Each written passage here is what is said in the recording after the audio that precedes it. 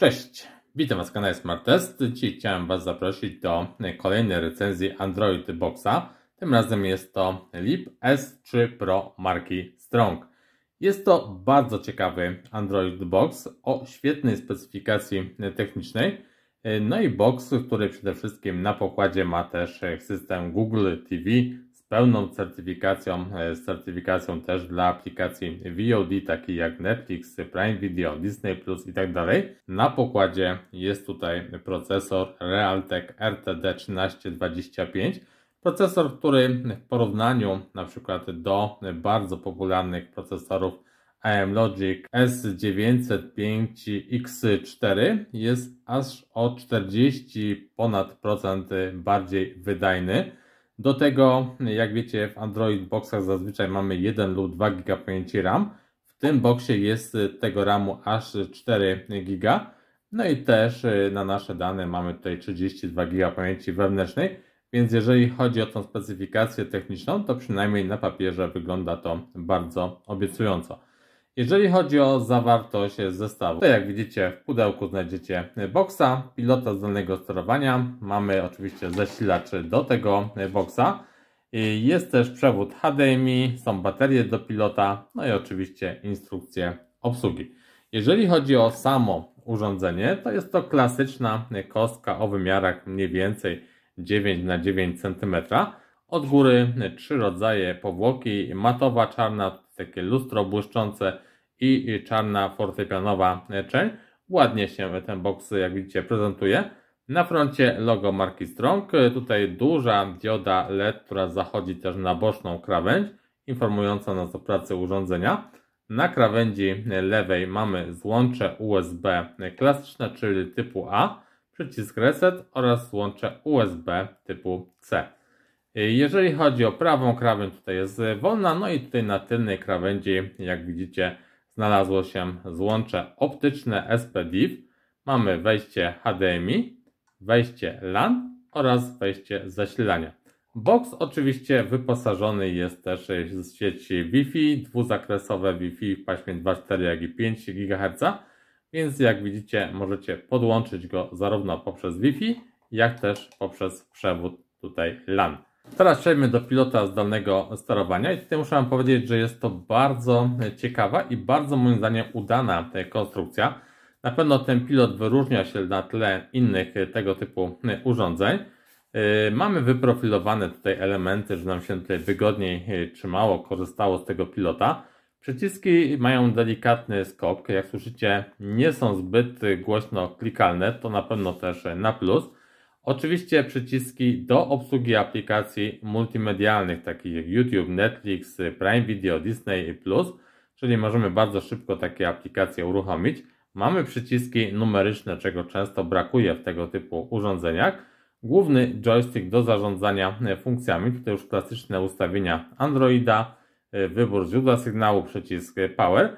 No i oczywiście pilot ma też obsługę asystenta Google, ma wbudowany mikrofon, czyli możemy wyszukiwać filmy, materiały właśnie poprzez wyszukiwanie głosowe. Łączność oczywiście poprzez Bluetooth, czyli ten dekoder, ten box może być nawet schowany gdzieś w szafce lub też za telewizorem i będziemy mogli go w pełni obsługiwać. I jeszcze jest jedna bardzo fajna funkcja tego pilota, a mianowicie pilot ma podświetlane przyciski. Zobaczcie, one po naciśnięciu któregoś klawisza się nam podświetlają. To jest na pewno duży atut. Nie wiem, jak to będzie wpływało na baterię w tym pilocie, natomiast wydaje mi się, że jest to świetne rozwiązanie.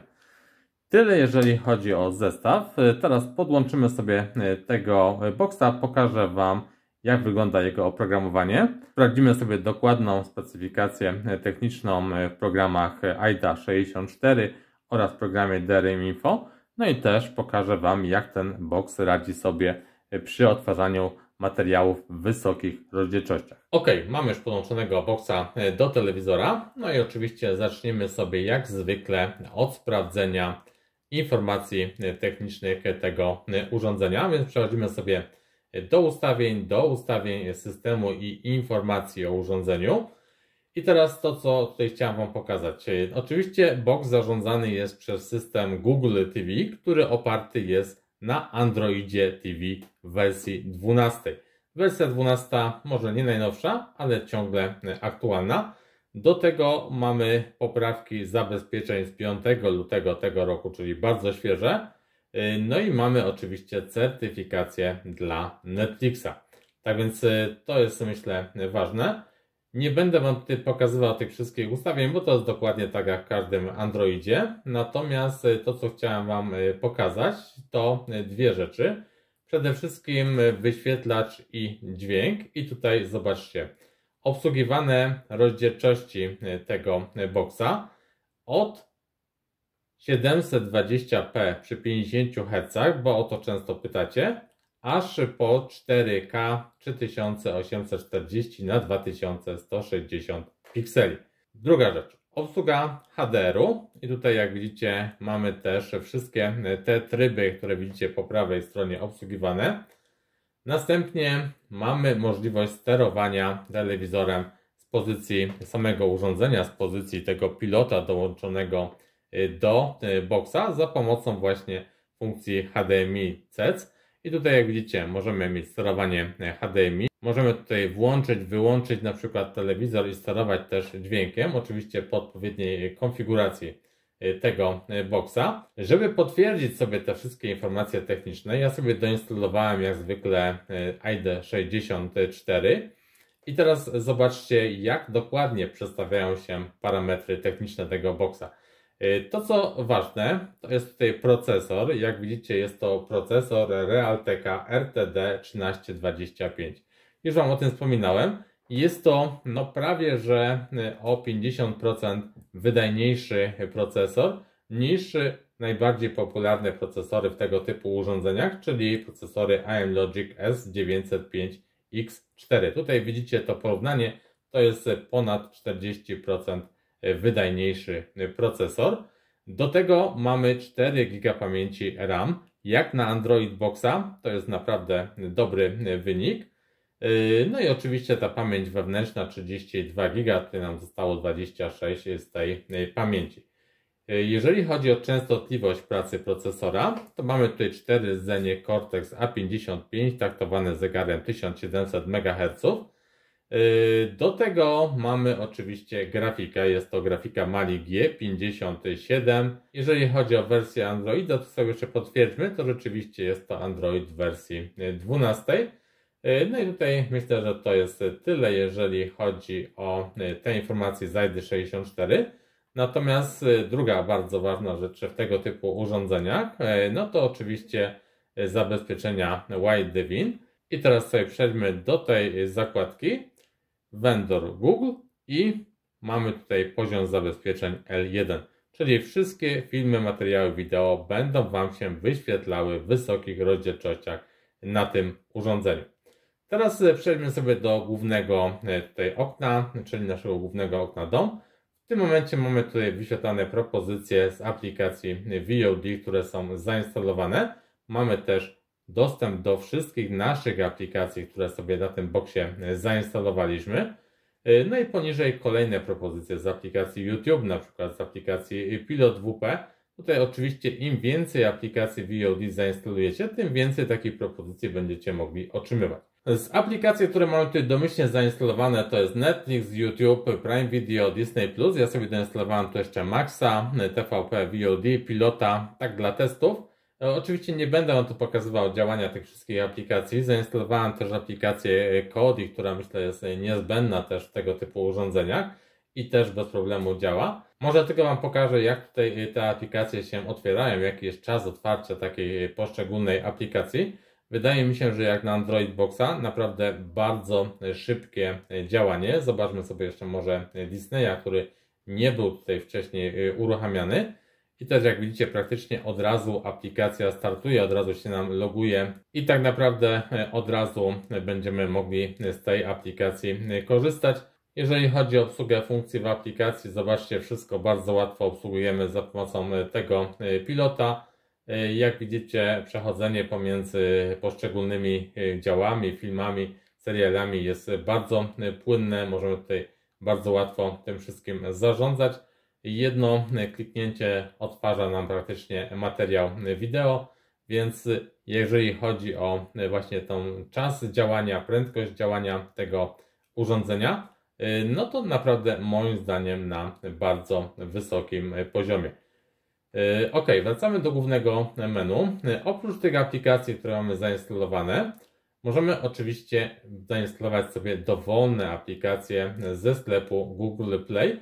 Ten sklep, jak w każdym Google TV, wygląda w ten sposób, że wchodzimy w aplikację, mamy okno wyszukiwania lub możemy tutaj korzystać z tych proponowanych aplikacji, które są do pobrania. Są też oczywiście kategorie, na przykład rozrywka. Jeżeli sobie wejdziemy taką kategorię, to będziemy tutaj mieli dostęp do wszystkich aplikacji VOD. Jest też aplikacja Player, bo to też często pytacie.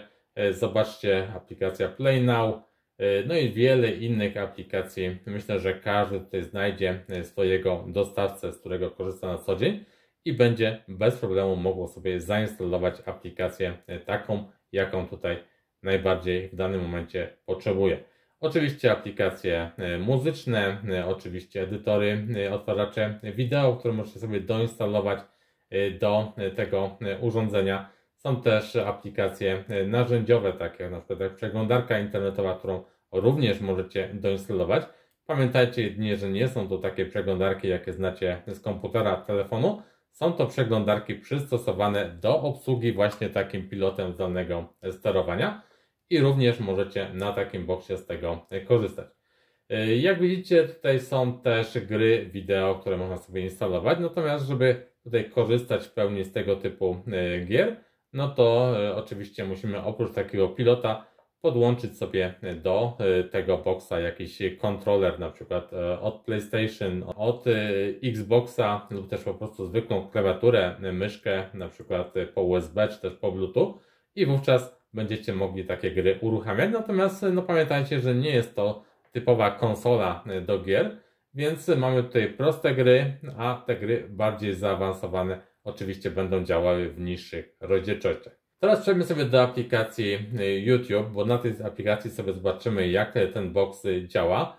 Aplikacja też, jak widzicie, uruchamia się nam szybko. Aplikacja przystosowana również pod obsługę pilotem zdalnego sterowania. I tutaj oczywiście w tej aplikacji mamy możliwość wyszukiwania głosowego lub też ręcznego. Jeżeli chcemy wyszukiwać głosowo, no to oczywiście tutaj klikamy na opcję, żeby zezwolić na korzystanie z mikrofonu i teraz klikamy mikrofon 4K demo. I jak widzicie, od razu nam się wyszukują materiały w 4K, które będziemy mogli teraz sobie odtwarzać na przykład do testów. No i może teraz zobaczmy sobie takie przykładowe materiały demo. Zobaczmy, jak te filmy się odtwarzają. Tutaj mamy film akurat z HDR-em. I zobaczcie, może na początek jeszcze, zanim przejdziemy do oglądania, to zobaczmy sobie dwie rzeczy. Przede wszystkim rozdzielczości. Jak widzicie, mamy teraz ustawioną rozdzielczość 4K z HDR-em. Oczywiście możemy też ustawić niższe rozdzielczości. Mamy obsługę napisów. Możemy też przyspieszać, zwalniać odtwarzanie filmu. I zobaczmy jeszcze statystyki dla nerdów, dla potwierdzenia tych informacji. Jak widzicie, ten film odtwarza się właśnie z wykorzystaniem rozdzielczości 4K. Więc wyłączmy te statystyki i teraz zobaczmy sobie jakość obrazu wyświetlanego przez ten dekoder. Przede wszystkim zwróćcie uwagę na dużą szczegółowość, płynność działania. Tutaj jak widzicie, box świetnie radzi sobie z tą wysoką rozdzielczością. Mamy tutaj płynność obrazu, nie ma tutaj jakichś przycięć.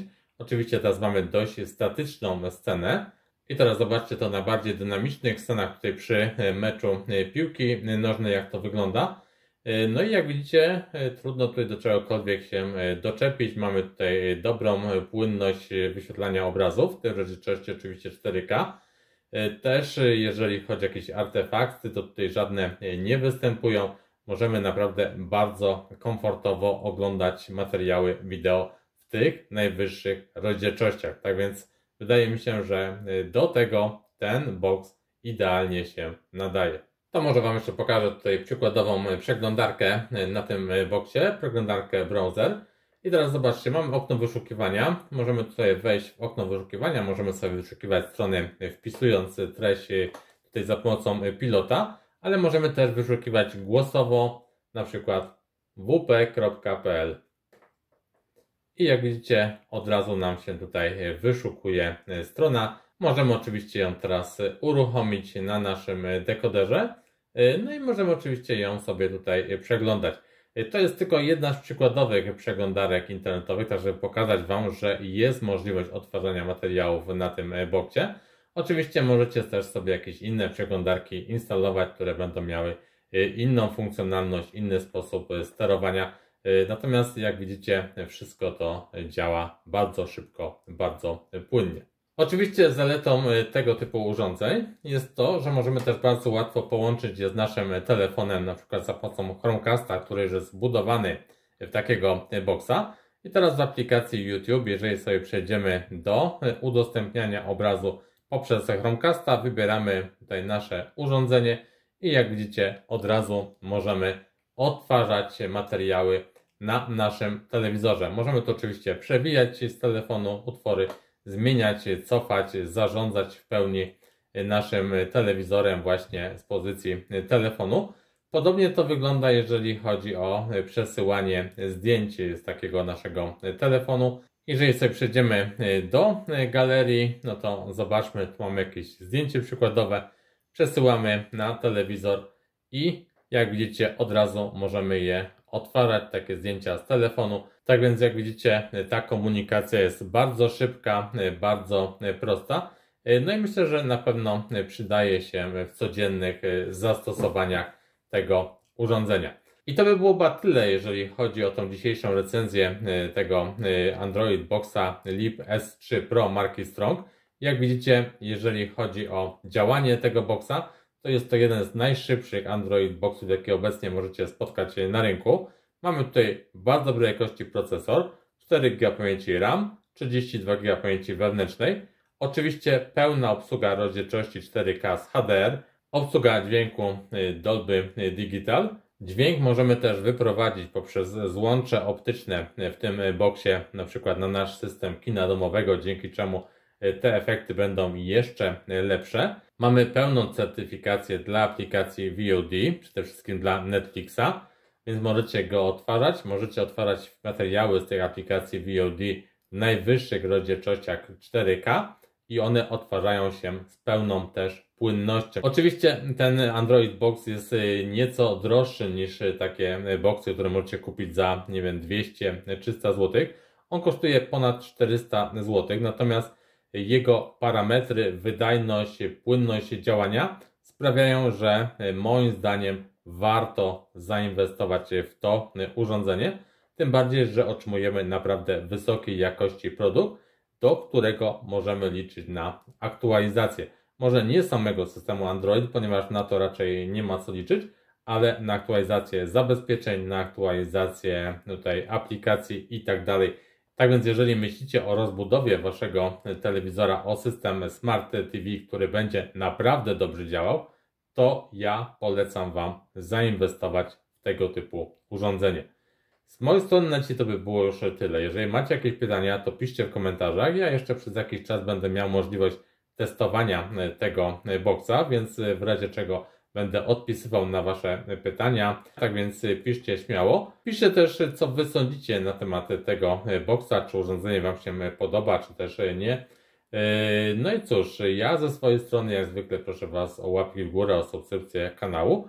No i zapraszam Was już wkrótce do kolejnych recenzji, które oczywiście będą pojawiały się na kanale Smart Test. Cześć!